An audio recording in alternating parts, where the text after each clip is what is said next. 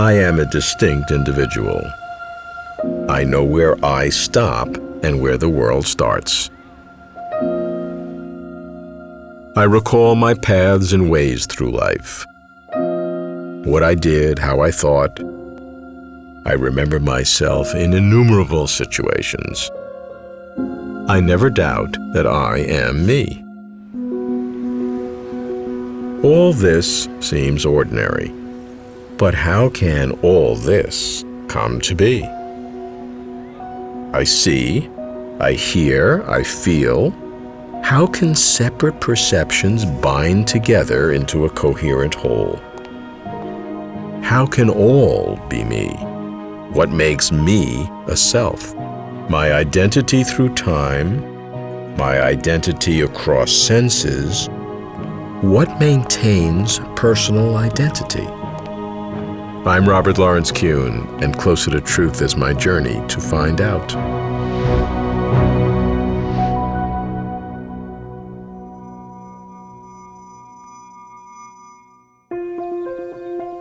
What's personal identity?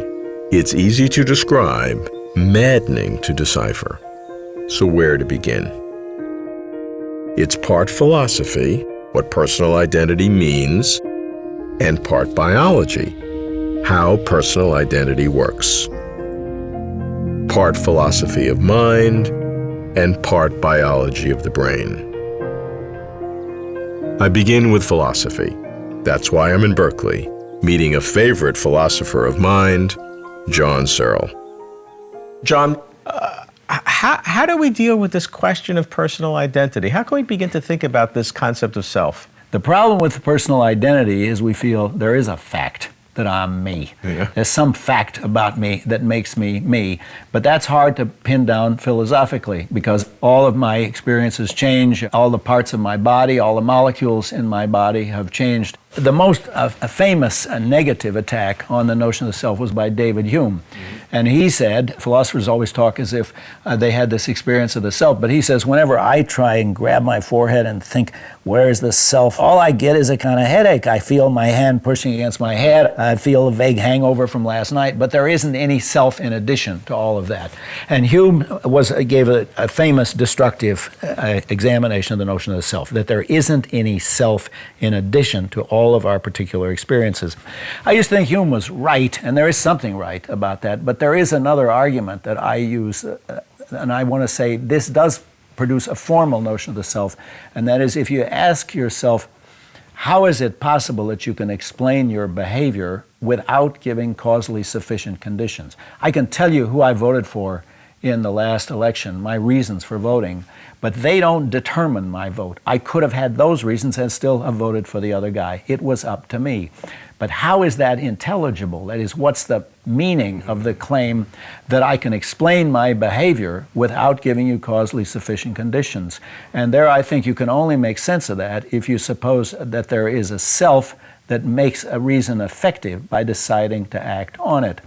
Now, that's not a substantive self, because there's no experience of the self, but I'm saying in order to make sense of rational conscious behavior, you have to postulate a point from which that behavior comes. Let's look at how people actually decide questions of personal identity. How do you prove that you're the same guy who bought this house 20 years ago? And there it seems to me there are several different criteria we employ, in fact. The one that's most basic for us is bodily continuity. If it's the same body, it's the same guy.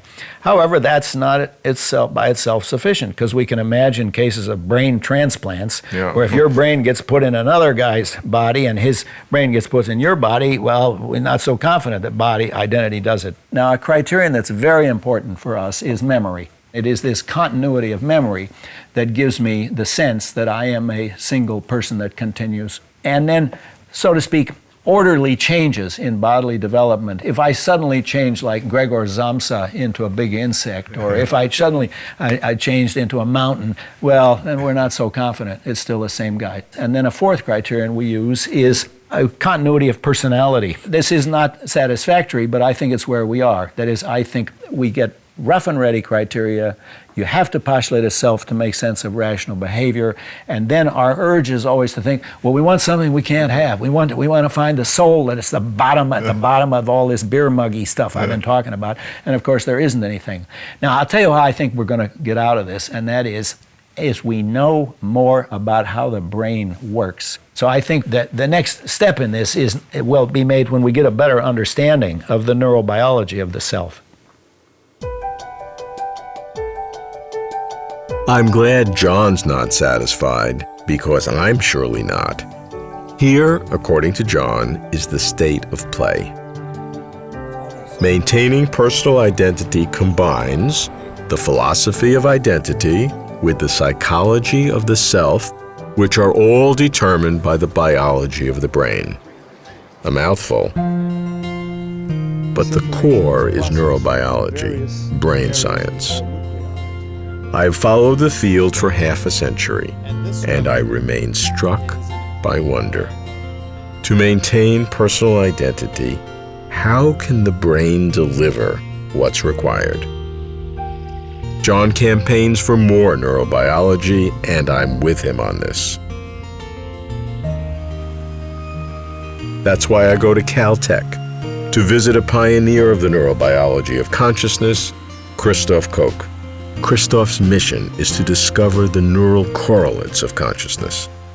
Christof, we have this perception of ourselves as some kind of a unity. I'm a me. And yet, when I think about it, we have all these diverse inputs of sight and sound and sensation, and all of the molecules of my body have been replaced over the last years. So how am I me?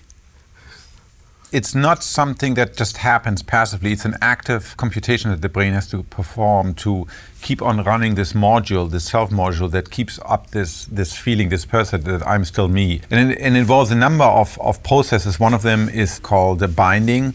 When I see you, I can see your face and your color, etc. I can hear your voice, but it's all tied together. And so the question is, how does the brain do it? Francis Crick and I have proposed that one way this could be done is using a particular type of signal called a 40 Hertz oscillatory signal, that there's a specific mechanism in the brain that this could achieve this binding. So think about the analogy is a Christmas tree with electric candles. So think about a Christmas tree that has 20 billion electric candles, so a very, very big tree.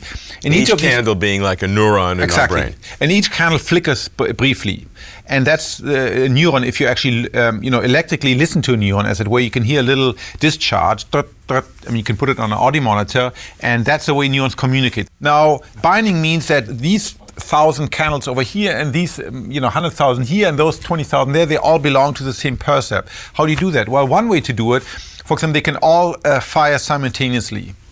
Another way, they can all sort of fire with some periodicity. Let's say they all fire every 40 milliseconds on average with a lot of jitter, every 25th of a second. And so then you would have another neuron that looks at all those neurons and sort of combines them, because they all fire together, sort of encodes the fact that over here is the voice of the person, over there is the color of the person, over there is the face of the person, or the color of a suit, and all of those actually corresponds to one percept, and that could be mediated by these different forms of neuronal firing. So an hypothesis is that oscillations, these gross frequencies in the brain, may have some mechanistic way of binding different modalities Correct. together. That would be the hypothesis in this case. Correct. Yes. There are various other hypotheses. Some scientists, neuroscientists, say, well, there is really no binding problem because, if you have this Christmas tree analogy, well, by and large, if you go to higher cortical areas, the only activity, so the only electrical candles flickering, are the ones that correspond to the thing I'm currently attending to. So if I'm attending to you, there's only a population over here that codes for your face, over here for your voice, here for the motion, and all the other electrical candles are shut off. So in that sense, the binding problem is very easy to solve, and yet that you don't need oscillation. Some people say that. We are not what we seem. Our inner unity feels so natural, but it is not simple and cannot happen passively. All of our separate senses must bind together actively and seamlessly. What we imagine to be an organic whole, the first-person entity I call I, myself, is the synthesized product of different brain systems, flowing and working together, manufacturing unity from diversity. That's what we are. Our mental integrity is assembled, and our brains are the binder. Am I still a person? I start to worry. Then realize my problem's even worse. Binding only gets me unity of the moment. I myself am frozen in an instant. How then to generate selves, myself, across time, and maintain my personal identity through decades of life? To find the magic, I go to New York, to meet a neuroscientist who believes that selves, as independent entities, do not exist. The key to the riddle, he says, are oscillations deep in the brain. Rodolfo Llinas is chairman of neuroscience at New York University. The image of self we make by putting together the ability we have to bind things. So I see a flower, I taste an apple, whatever. All of these things, when come together, form an irreducible common denominator, which is the I. So what is this I? And clearly, I is a simplification of everything that is happening. It is something that is a way to represent what is happening. So we have this entity that we call self, which doesn't exist. It is simply a wonderful way to address a functional state that has a continuity. Now, the lovely thing about it is that we do remember being children, that somehow the system modifies itself with the passage of time such that not only do we observe, not only do we analyze, but we remember what we have done before. Yeah. So we have a history of our own existence, which is us. How is it that we can continue to have an image of self? Well, obviously, the advantage of having that is huge. Why? Because it means that we can, by learning, we generate experience that helps us survive. So it's absolutely of the essence, in order to have a nervous system that allows us to survive, that we should remember the experience we had before. And that's the core of self. That's the core of self, absolutely. You are what you remember yourself to be. But if you have amnesia or some problems with your memory, you're still the same person with a problem. No, you're not the same person. You're the same body, but you may lose, for instance, you can actually lose half of yourself. This is one of the most incredible neurological conditions known as hemi-neglect. Hemi-neglect. It happens if you have a lesion of one side of the thalamus, in the center of the thalamus, or it happens if you have lesion of the cortex. Suddenly, you will find yourself seeing only half the world, more to the right. This is your hand. I don't know what that is, somebody else's hand.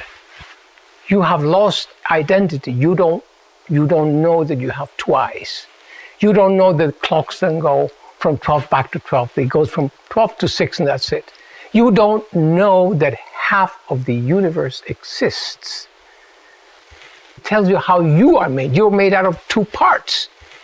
If you lose one part of your brain, cognition in that side is gone. And you don't even know that you don't know. You ignore the fact that there's half of the world missing. It's not that it's black. No, it doesn't. You don't know that it exists. What do you mean?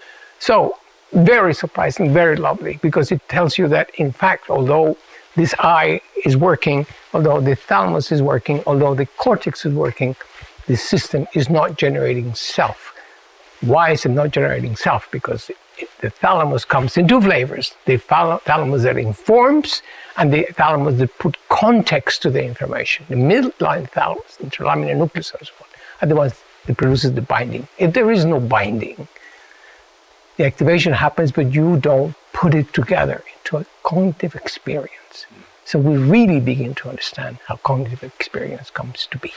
That is what the self is, a thalamocortical integration.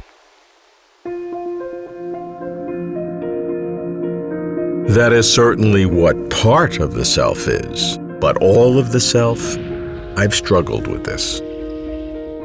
My brain science education wars with my philosophical musings. To Rodolfo, as to the vast majority of brain scientists, the self is biologically determined, and personal identity is maintained by brain circuits. But I do not dance to the beat of the majority, nor do I go contrarian for splash or spite. It may sound silly, but I strive for truth. So does biology exhaust the self, with nothing left over unexplained?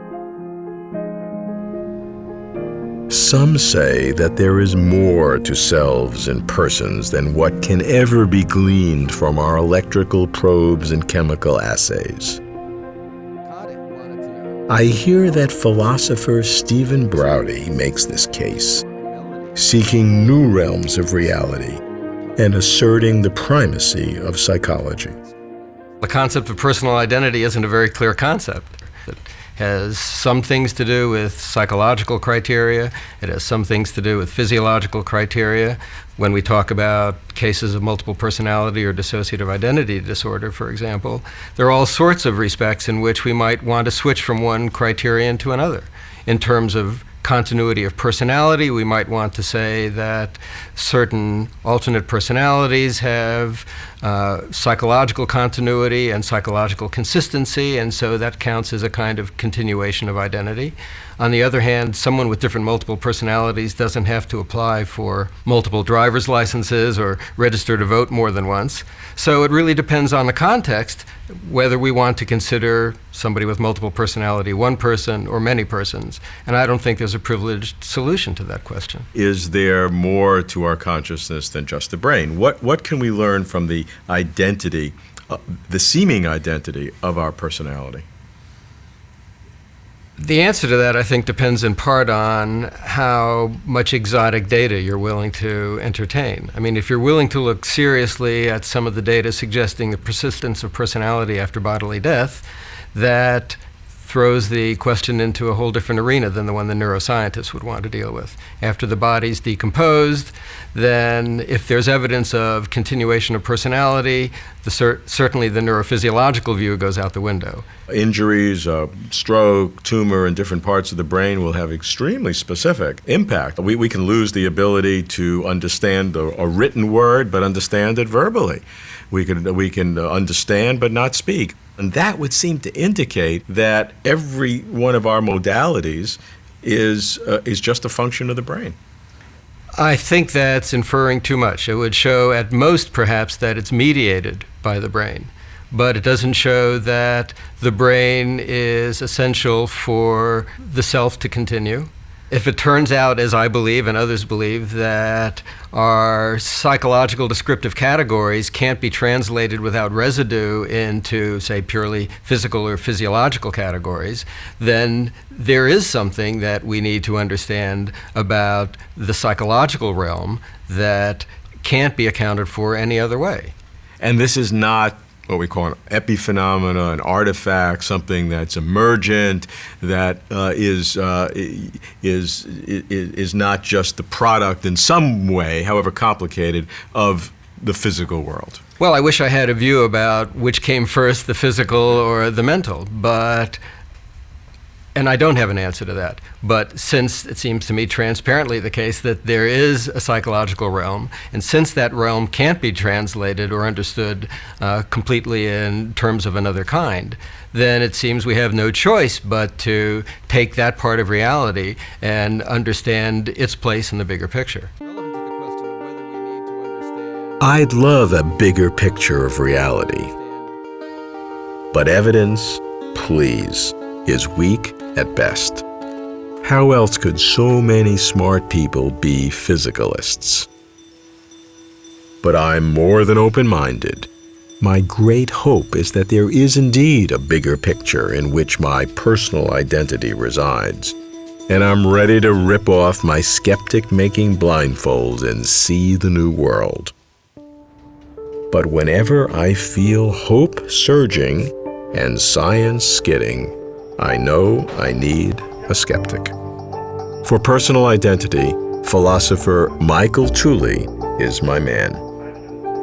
We have all this different kind of sensory input from seeing, hearing, and yet I feel like I'm a unified person, that I have one sense of myself. Is this an illusion? No, I don't think it's an illusion. The conclusion that something I want to draw is that you need a spiritual substance or soul that, so to speak, underpins the identity. But I think it can be seen that that's not correct in the following sort of way. It would be possible if you had great power to take a soul and transform it radically, okay? One could take the soul of one individual and wipe it completely clean of all memories and personality traits and put in completely new memories and personality traits, right?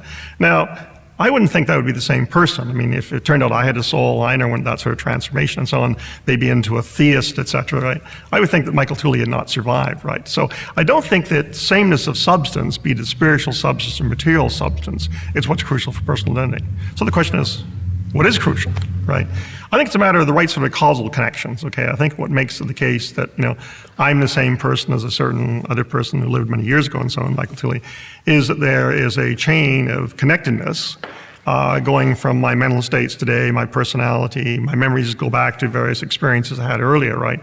And so I think it's the right sort of connection. It doesn't have to be a direct connection from me now to me in the past. So I think it's continuity of things like memory, personality, traits, basic beliefs, fundamental attitudes and desires, and so on, that make one the same person. But you don't need some artificial, disembodied soul that undergirds all of this to give it this unity.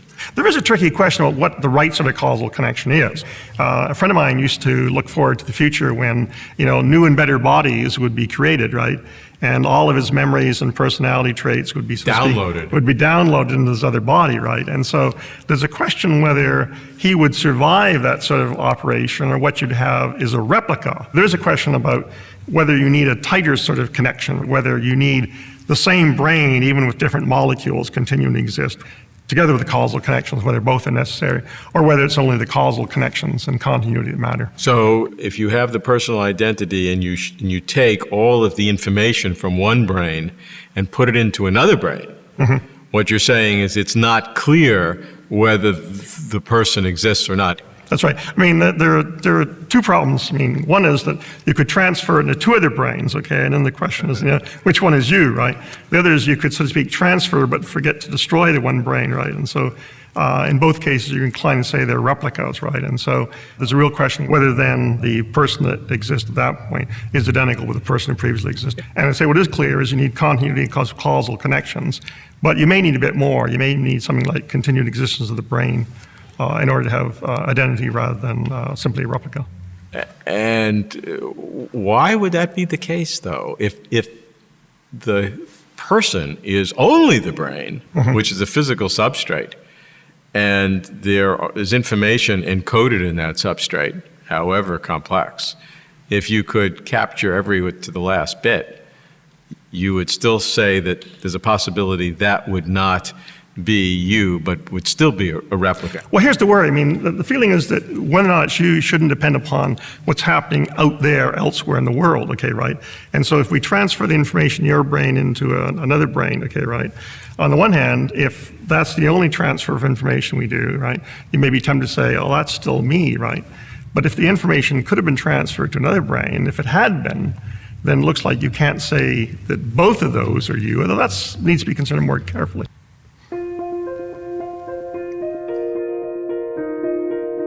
Maintaining personal identity probes the inner sanctums of mind and selves. It combines two ideas: the philosophy of continuity, how things persist through time, and the psychology of self, how mental unity emerges by binding together diverse sensations. The problem can be ducked. If the self is illusion, there'd be no personal identity to maintain. But if the self is real, what constitutes personal identity? Body, brain, memories, personality, causal connections? Brain mechanisms are involved, but are they too crude to maintain personal identity? Could non-physical psychology or a religious soul do a better job? Not obviously. A soul would start out blank, like a newborn brain, and impressions on a soul, like circuits in a brain, could be erased. I think about this. Each self, having once existed, becomes an ineradicable fact that not even God, if there is a God, could ever alter. Selves are real, and we persist through time. Figuring out how this happens brings us closer to truth.